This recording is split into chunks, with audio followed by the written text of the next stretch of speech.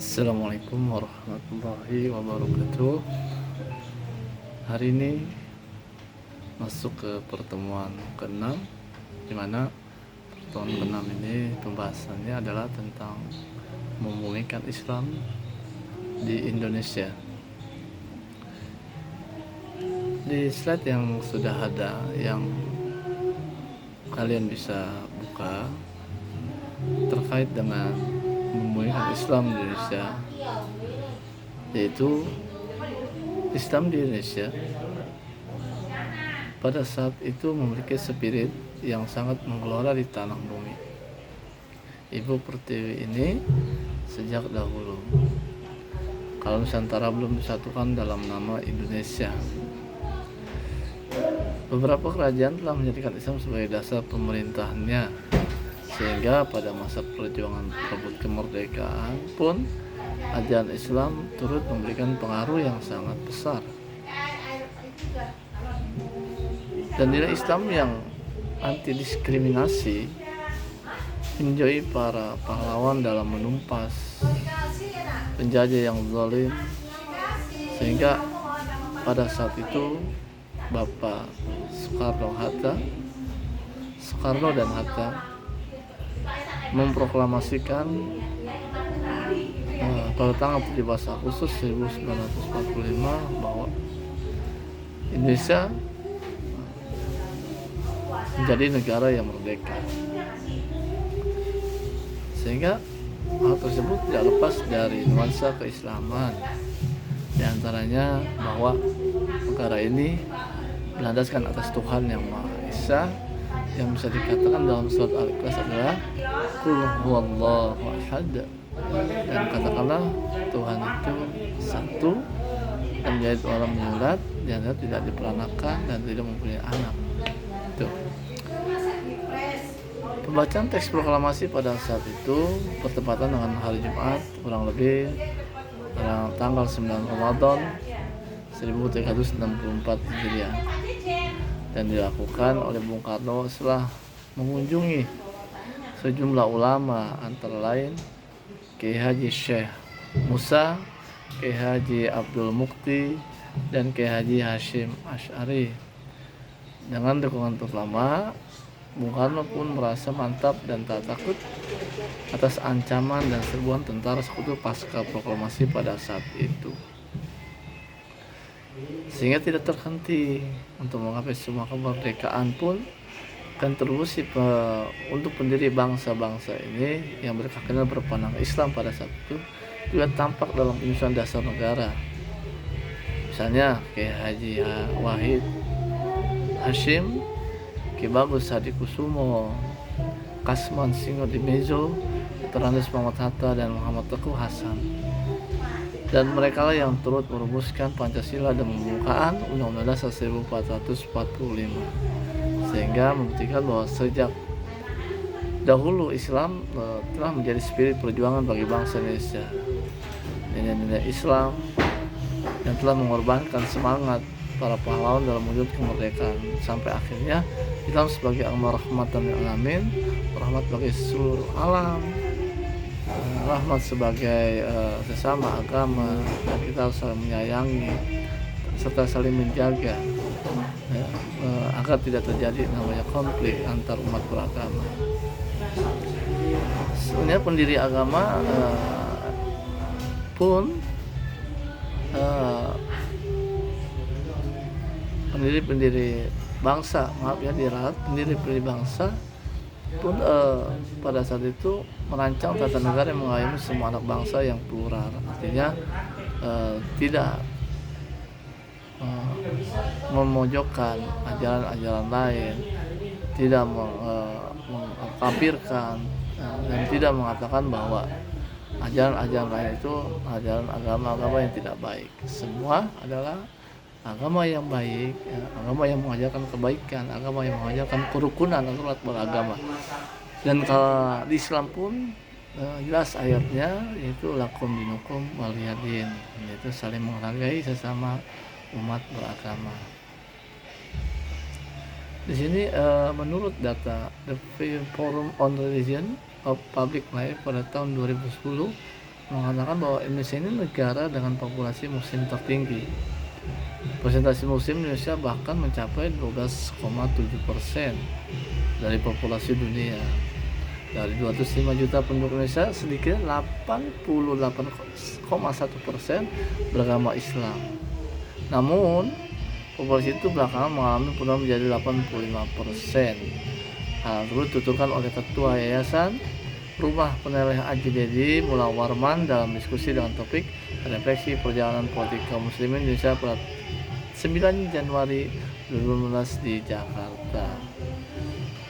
Nah, menurutnya populasi muslim di Indonesia menunjukkan bahwa pasca kemerdekaan spirit Islam malah diredup. Modal besar berupa solidaritas, keagamaan Islam, ternyata kesulitan menemui konteks penerapannya dewasa ini. Karena itu nilai Islam pun menjadi gamang dan tak difungsikan dengan baik untuk memajukan bangsa dan negara ini. Sehingga bukti kendornya pun peran umat Islam Indonesia itu dalam pembangunan negara terpampang jelas di berbagai sektor kehidupan. Tiliklah, misalnya pada sektor pendidikan, kita melihat ekonomi hingga sosial budaya bangsa Indonesia masih terkesan mengekor pada perkembangan bangsa lain. Kalau tidak mau disebut tertinggal, ini adalah deviasi dari kenyataan sejarah bahwa sebab umat Islam pernah berjaya dan menjadi pionir dalam memajukan peradaban di masa lalu. Jika ditilik lebih dalam, setidaknya ada 5 cara keberagaman yang mewarnai masyarakat Islam kontemporer di Indonesia, yaitu masih terjebak dalam ketimbang bakti sosial, penafsiran teks kitab suci Al-Quran yang dogmatis dan tak mampu menjawab realitas sosial kekinian, politisasi Islam, serta adanya sikap fobia terhadap modernisasi dan peradaban lain.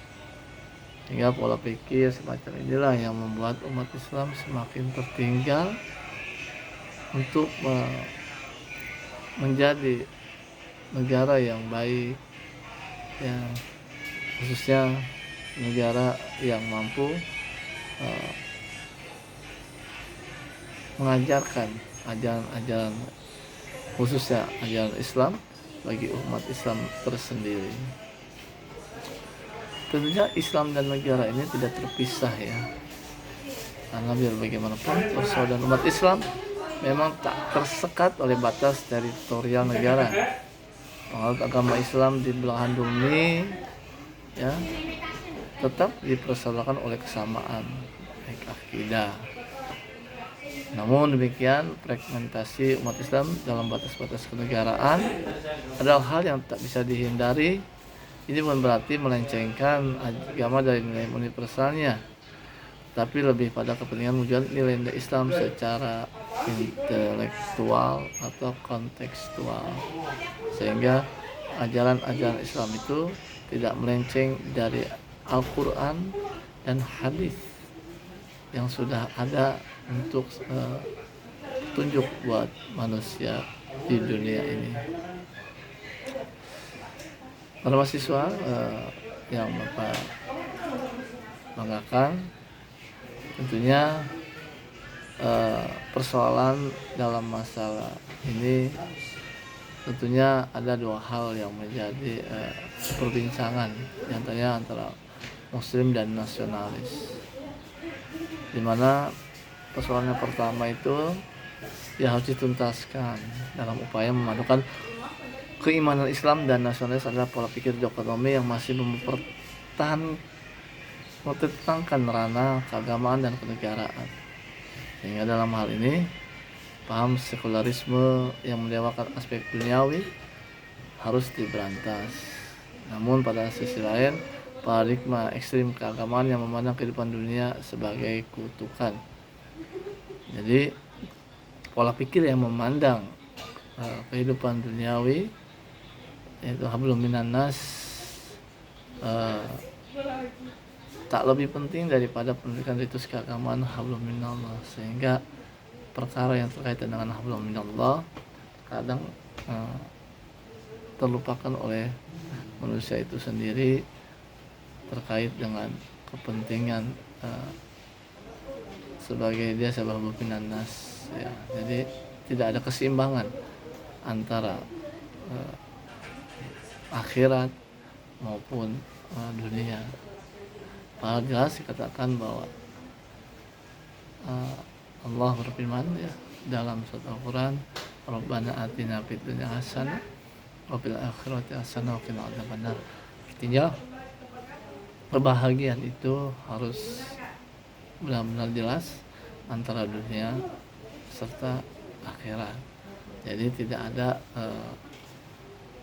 kepincangan antara kedua hal tersebut. Di sini Islam, modernitas Islam itu mulai mengalami pada saat sekarang ya. Tentunya terbuka bangsa Indonesia sebagai sektor kehidupan tentu menjadi sebuah ironi. Islam sebagai yang membuka diri terhadap modernitas harusnya mampu mendorong bangsa Indonesia untuk lebih maju. Nilai Islam yang abadi sepanjang masa mesti jadi modal besar dalam membangun negara. Terlebih, Islam adalah ajaran Islam yang komprehensif yang mengandung nilai sebagai pedoman untuk seluruh aspek kehidupan manusia. Tak bisa disangka bahwa kitab suci Al-Quran sebagai pedoman umat Islam merupakan lumbung ilmu yang tak ada habis-habisnya, sehingga jawaban atas segala seluruh persoalan baik untuk soal duniawi maupun akhirat dapat ditemukan panduannya dalam Al-Quran dan hadis. Sehingga untuk kita bisa membumikan Islam di Indonesia ini khususnya tentunya harus kita memahami isi Al-Quran dan isi hadis di Al-Quran sehingga kita bisa menjalankan dalam kehidupan sehari ini dengan baik dan benar dan tidak melenceng terlalu jauh dalam ajaran-ajaran Islam. Kita pelajari Al-Quran dan kita pelajari juga ilmu hadis agar di dalam melakukan kehidupan sehari-hari baik lingkungan sekitar maupun lingkungan pendidikan dan masyarakat manapun kita sudah mempunyai bekal untuk bisa menghadapi orang-orang yang mungkin kurang dalam memahami sebuah ilmu agama. Dan di sini untuk menyongsong sebuah kejayaan tentunya sebagai tantangan terbesar dalam mengoptimalkan peran umat Islam Indonesia dalam membangun sebuah negara adalah anggapan yang dipertentangkan antara agama, negara, dan mobilisasi. Maka Islam hanya dibangun untuk kepentingan ukhrawi, tetapi acap kali mengabaikan kepentingan duniawi. Imbasnya bangsa pun terpuruk dalam persaingan global. Padahal Islam itu jelas mampu bersaing dalam persaingan yang global yang sudah semakin berkembang.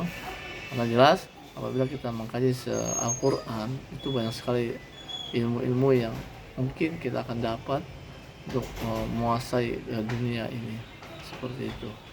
Jadi itu saja yang bisa sampaikan terkait dengan Islam di Indonesia ini. Yang jelas kalian coba rangkum apa yang menjadi hal penting dalam materi ini dan kalian coba simpulkan bagaimana Islam ini bisa begitu hebat di tanah Jawa ya, khususnya di tanah Jawa, sehingga sampai kita mengatakan bahwa tanah ini ajaran-ajaran Islamnya cukup baik dan banyak, khususnya dalam menyebarkan ajaran-ajaran Islam kepada sesama manusia untuk menjadi manusia yang lebih baik dan manusia yang lebih taat kepada Allah Subhanahu wa taala.